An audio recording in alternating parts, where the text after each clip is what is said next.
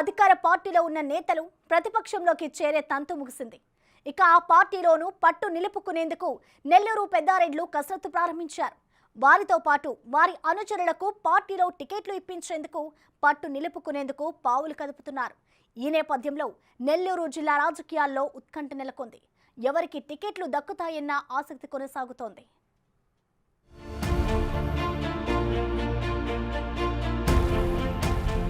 ఏపీలో రాజకీయ సమీకరణాలు శరవేగంగా మారుతున్నాయి.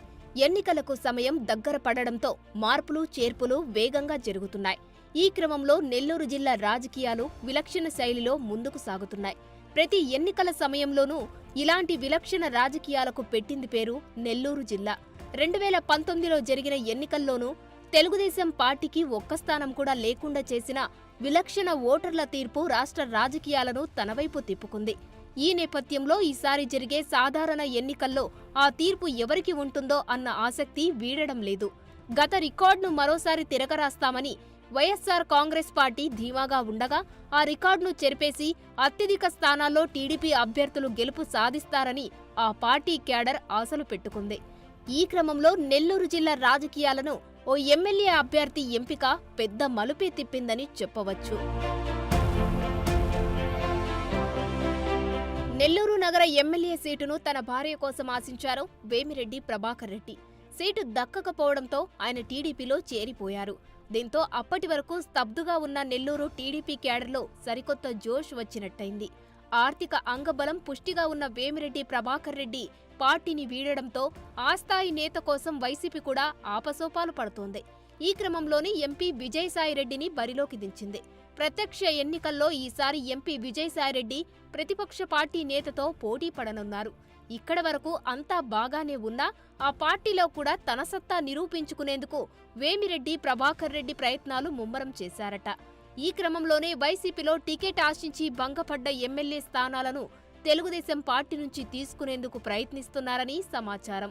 వైఎస్సార్ కాంగ్రెస్ పార్టీలో ఉండి తన మద్దతుదారుడుగా పార్టీకి రాజీనామా చేసిన నెల్లూరు నగర డిప్యూటీ మేయర్ రూప్ కుమార్ యాదవ్కు సర్వేపల్లిలో అవకాశం కల్పించాలని చంద్రబాబు చెవిలో వేశారట.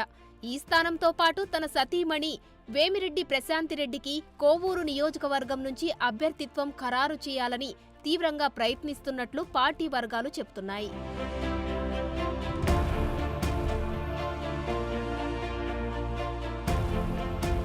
పట్టు కోసం ప్రయత్నించని నేత రాజకీయాల్లో ఉండరు. ఈ విషయం పక్కన పెడితే పార్టీ మారడం వరకు ఓ ఎత్తు, పార్టీ మారిన తర్వాత మరో ఎత్తు. ఇలాంటి అనుభవాలను ఎందరో నేతలు చవిచూసే ఉంటారు.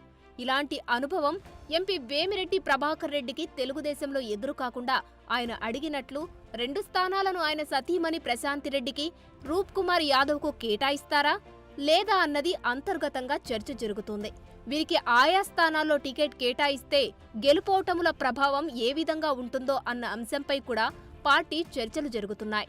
ఈ విషయం పక్కన పెడితే ఇప్పటికే ఆయా నియోజకవర్గాల్లో పార్టీ కష్టకాలంలో ఉన్న సమయంలో అన్ని విధాలుగా అండగా నిలిచిన తెలుగుదేశం పార్టీ నేతలను ఏ విధంగా సముదాయిస్తారో అన్నది ఇక్కడ ఇంపార్టెంటే.